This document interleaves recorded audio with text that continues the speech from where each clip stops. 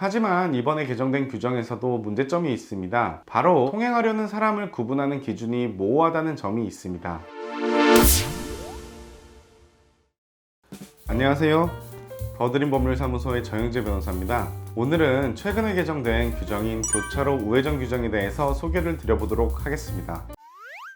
올해 7월 12일에 시행됐던 이 규정을 위반할 경우 승용차의 경우 6만원, 승합차의 경우에는 7만원의 벌금이 부과되며 벌점도 10점이 부과되게 됩니다. 종전 규정에는 보행자가 횡단보도 통행하고 있을 때에는 보행자의 횡단을 방해하거나 위험을 주지 아니하도록 그 횡단보도 앞에서 일시정지해야 한다고 규정하고 있습니다. 다만 위 규정을 보시면 횡단을 시작하는 보행자를 보호하지 못하는 문제점이 있다고 했습니다. 개정된 현행 규정을 살펴보시면 운전자가 보호해야 할 보행자 기준이 통행하고 있거나 통행하려고 하는 때로 확대한다고 나와 있으며 우회전을 할 때 횡단보도를 통행하려는 사람이 보이면 일단 정지하여야 한다고 되어 있습니다. 하지만 이번에 개정된 규정에서도 문제점이 있습니다. 바로 통행하려는 사람을 구분하는 기준이 모호하다는 점이 있습니다. 보행자가 길을 건너려고 할 때 판단 기준을 살펴보면 횡단보도에 발을 디디려고 하거나 손을 드는 등 운전자에게 길을 건널 의사를 표시했다면 반드시 차를 멈춰야 하며 횡단보도 앞에서 차도를 두리번거리는 경우와 횡단보도 5m 이내에서 빠른 걸음 또는 뛰어서 이동하는 사람이 있을 때에도 횡단보도를 건너려는 것으로 판단해야 한다고 나와 있습니다. 개정된 도로교통법 시행규칙은 2023년 1월 22일부터 적용되며 신호체계 구체화에 대해서 다루고 있습니다. 현행 규정에서 다루고 있는 내용은 차만은 정지선, 횡단보도 및 교차로 직전에서 정지해야 한다. 다만 신호에 따라 진행하는 다른 차마의 교통을 방해하지 아니하고 우회전할 수 있다고 규정하고 있으며 운전자 전방 차량 신호가 빨간색이면 무조건 횡단보도 앞에서 일시정지를 해야 하고 운전자 전방에 차량 신호가 녹색인 경우에는 서행해서 우회전할 수 있지만 우회전 후 만나는 횡단보도에 보행자가 있으면 멈춰야 합니다. 상황에 따른 설명을 해드리도록 하겠습니다. 먼저 전방에 차량 신호가 적색인 경우입니다.